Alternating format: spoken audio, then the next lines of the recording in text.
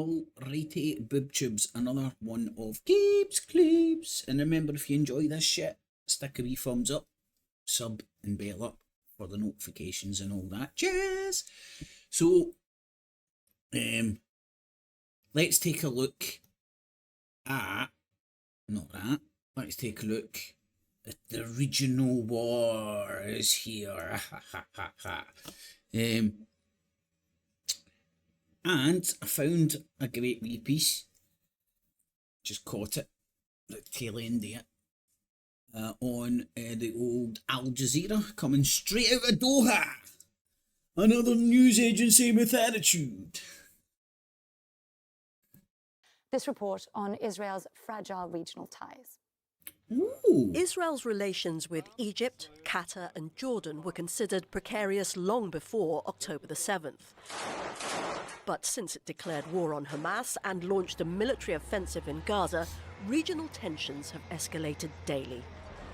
Israel accused Egypt of blocking aid deliveries into the Strip, something the president denies.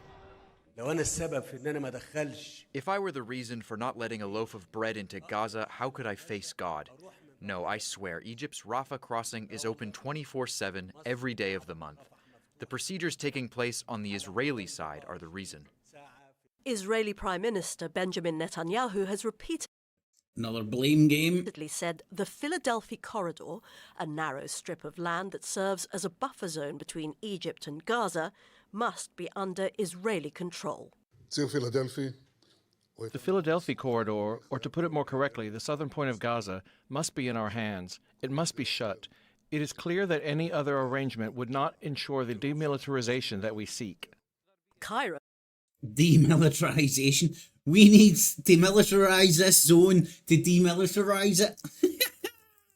How do you love those apples? has warned any attempt to occupy the border would threaten ties between the two countries. But it's not just Egypt that Israel's lashing out at. Reports in Israeli media suggest that in a leaked recording, Netanyahu criticised Qatar's role in mediating the release of Israeli captives held in Gaza, calling it problematic.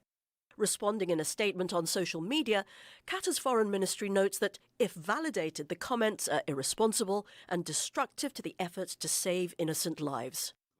Then, on Saturday, a seemingly unapologetic Netanyahu publicly pressured Doha to put pressure on Hamas.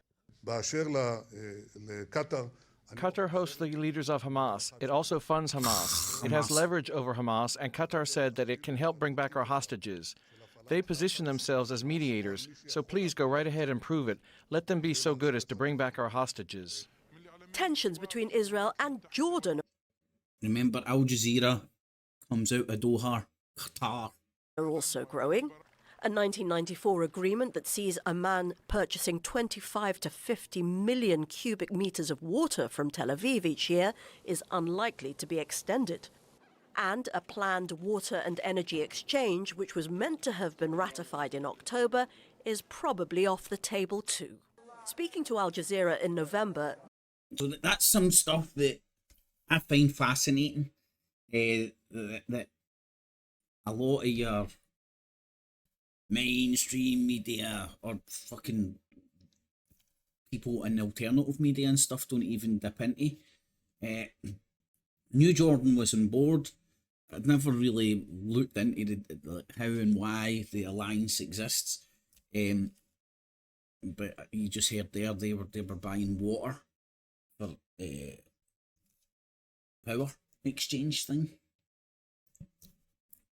the foreign minister explained Jordan would not sign any deal while Israel continued to kill children in Gaza.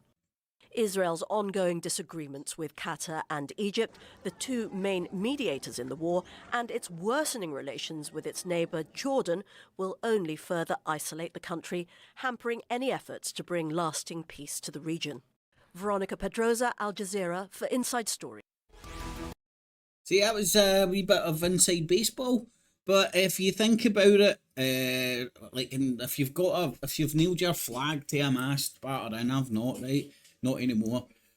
But if you think about it from an Israeli perspective, they've got a war with Hezbollah from the north. They're falling out with Egypt in the south. We had a border they want to militarise to try and stop Hamas getting shit in for the southern border, and they're falling out with Jordan, and Jordan isn't signing a power for water deal until Israel stops its shit inside Gaza. So it seems like the Arab world is uniting and doing everything they can in every port they can to hamper the Israel clique. The Red Sea has Putin said any shit about what's going on in Gaza? He kind of plays all sides in that shit, man. He just uses what's going on for political fucking purposes. I mean, what one of these fucking assholes don't? So, Egypt in the south, Jordan on the east, Syria to the northeast, and Lebanon to the north.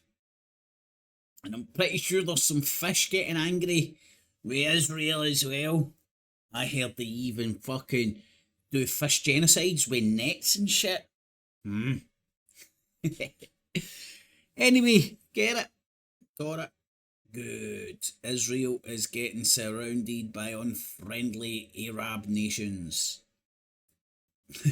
No wonder their asshole is twitching like a motherfucker. Get it? Got it? Good. Thumbs it up. And cat cheese. No cats or cheese were harmed in this filming. Clips. And remember, citizens, always subscribe. Hit the notification bell as well. And $19.95 plus shipping and handling will keep you out of hell.